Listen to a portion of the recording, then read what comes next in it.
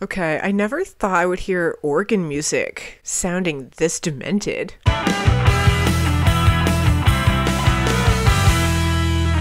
Hello everyone and welcome back to my channel. I am Molly and in this video I'm going to be listening to the album Opus Eponymous by Ghost. Now Ghost is a band that I don't know anything about. I've never heard any of their music. They've been suggested a handful of times in the comments on some of my other videos. And Opus Eponymous is their debut album. This one they released in 2010. So yeah, I'm just very intrigued to see what I'm going to think of Ghost and check this album out. Alright, so starting Opus Eponymous off is track 1, which is called Deus Culpa.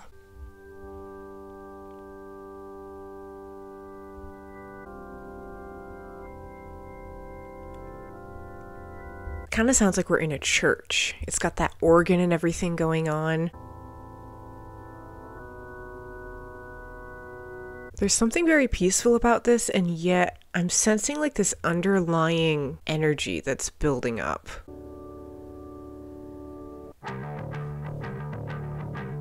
Okay, and then that first track just went right into the beginning of track 2, so I'm going to pause it really quick. But that was track 1, Deus Culpa, kind of like a little introduction to that album with the organ and everything playing. Very calming. Like I said, it kind of felt like I was in a church or something. It just had that atmosphere to it. But I'm going to continue on with track 2 now, which is called Clavi Con Dio.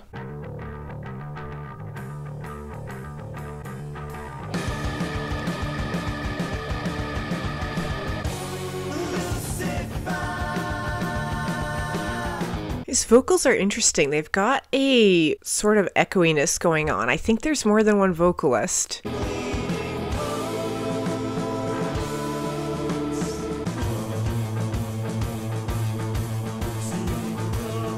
Yeah, again, there's something very church-like about the sound of this. It's like they're chanting or something in this big Gothic temple.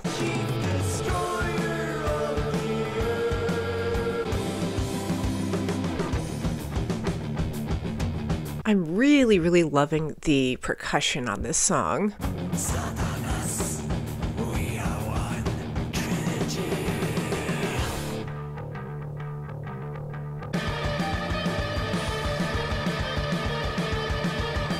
Is that a guitar? This almost sounds like an electric violin or something.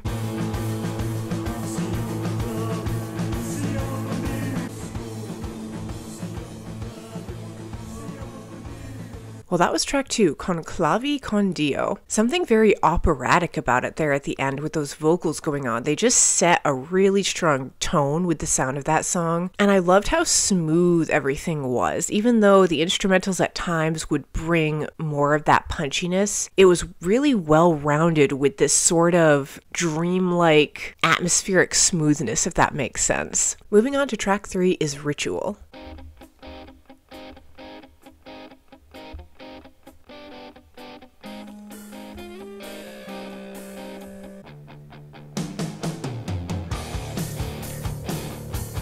Oh, that bass. It's got such a great tone to it.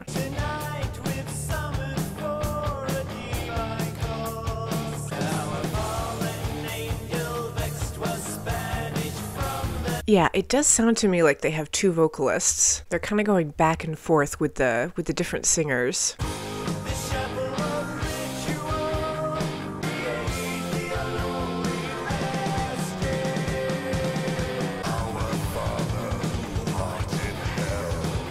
Our Father who art in hell.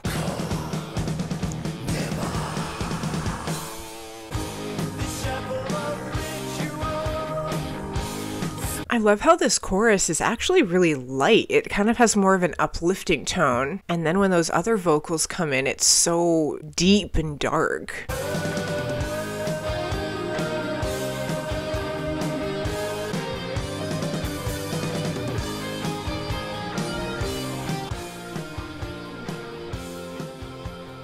That was track 3, Ritual. This album so far to me is almost like if you took all of the awesome instrumentals and technicalities of a band such as Metallica and you fuse it with this really dramatic, kind of over-the-top ambiance that something like Avenged Sevenfold or Typo Negative brings to the table, and you blended those two elements together. That's kind of what this album is reminding me of so far. I'm really enjoying it. The instrumentals on that one were fantastic. That bass at the beginning was really shining through. All Alright, up next is track 4, which is called Elizabeth.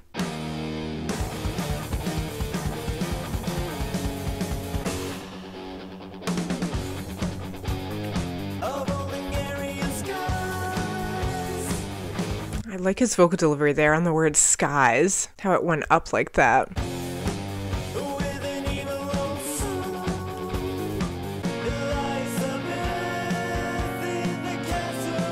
Yeah, all of the lyrics that they're using are making this record have such a great imagery when you listen to it. Like he just mentioned being in a castle, and that's just what it sounds like you're in some haunted medieval castle or something.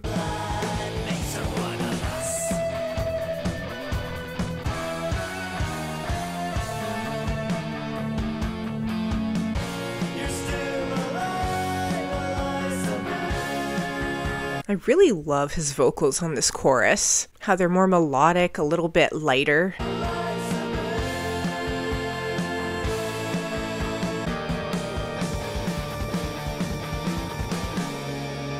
That was track 4, Elizabeth. I loved the vocal dynamics with that one. You had parts that were so demented and deep, and then on the chorus it was so light and very melodic. It was kind of like it floated up out of that. And I've got to say, it's really surprising to me listening to this record so far that it was released in 2010. It sounds older than that, and I mean that as a compliment. They have this really great gothic sort of 80s vibe going on that I just think they're doing really well. But moving on to track 5 is Stand By Him.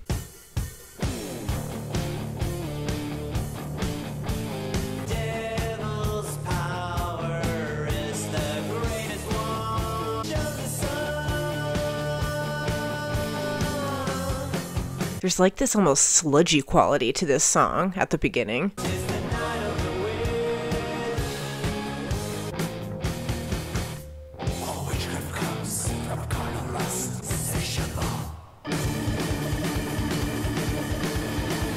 Okay, I never thought I would hear organ music sounding this demented. It's almost like they're taking it and they're garbling it up and mixing it with all of these other instrumentals. It's got such a manic quality to it.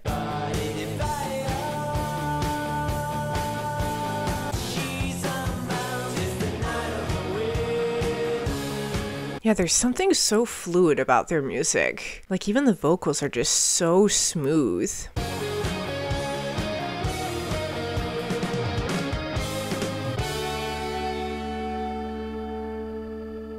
That was track 5, Stand By Him. I really loved how they integrated the organ with that one. It was just really cool. Again, it kind of brought in that church-like atmosphere, but they were bringing so much energy to it as well with those other instrumentals, like a really strong rock edge. And the vocals on that one, again, how they're doing it, where they'll have these chunks of the song that have this really haunted atmosphere going on, and the vocals will be really deep. And then on the chorus, it got a lot lighter. They had those subtle background vocals harmonizing with his voice as well. It kind of brought in almost like a hymnal quality. Moving on to track 6 is Satan Prayer.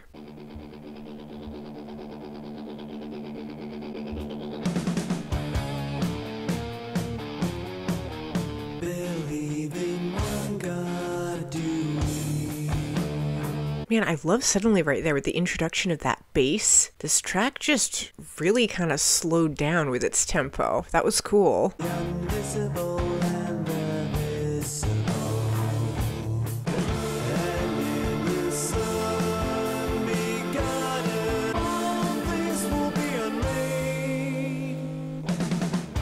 It's so cool how their vocals do that, like how they'll just get a lot higher. There's something very operatic about it almost. Rise up from hell. Kingdom shall have no end. For the coming of seed. They just pull it down all of a sudden.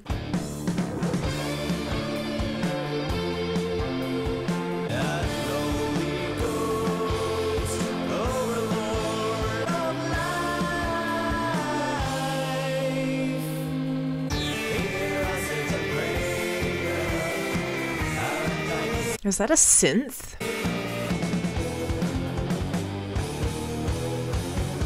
That was track 6, Satan Prayer. That one was a little bit more pulled in. They kind of had sort of a restrained creepiness to it. And with that one too, I was noticing how they were changing up the tempo a lot. I thought that was cool. Like it would kind of be all slowed down and almost sludgy sounding at times. And then they would bring in the organ and they brought in that synth there toward the end, and it would kind of pick up and get a little bit more speedy with its sound. Up next is track 7, which is called Death Knell.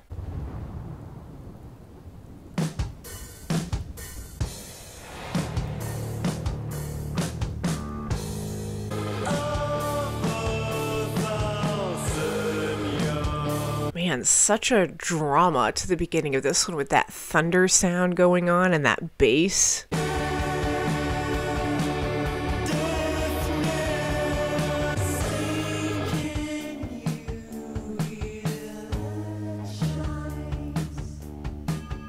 I love how that line was, "Can you hear the chimes?" And then they played the chimes.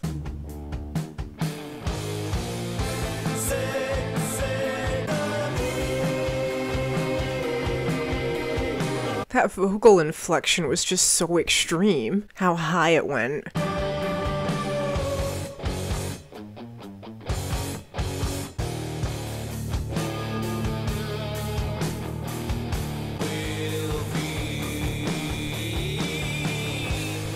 Again, it's kind of like you're at an opera or something. All of the different dynamics with his voice and like the kind of over-the-top dramatic flair going on with everything. Something very theatrical about it.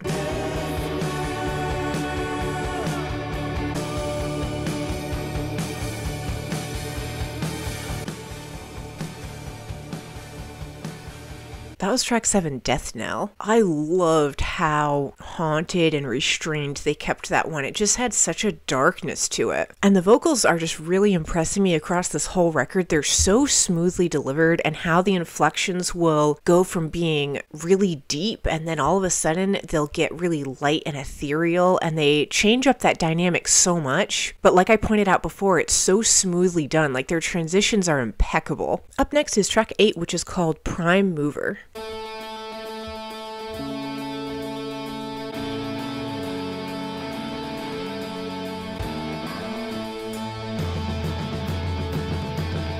Yeah, they're slowly building this track up. It's slowly bringing in this surge of energy, you can tell.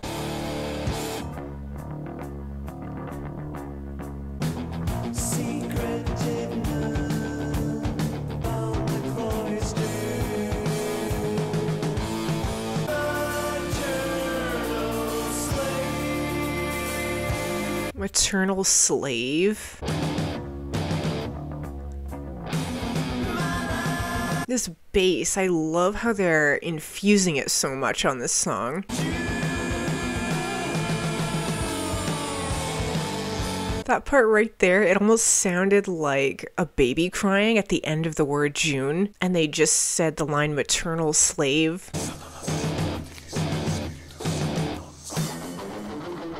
It's almost like they're tying in this theme of motherhood and like a baby being born or something. Antichrist will walk the earth, crying over.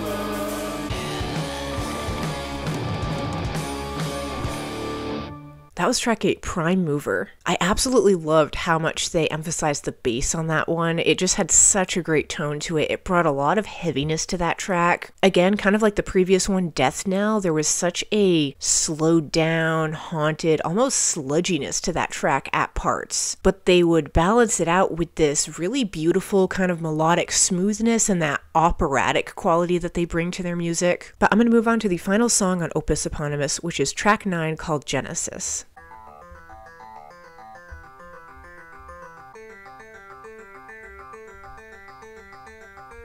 I don't even know what instrument this is. Again, it's got this really awesome Old English flair to it.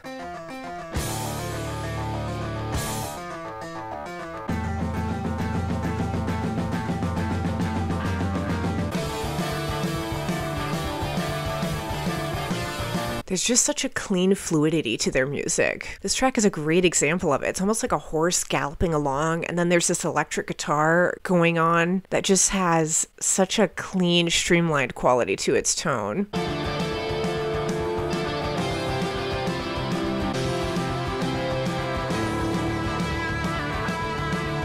I don't know why, this part almost reminds me of Muse a little bit. Very futuristic sounding.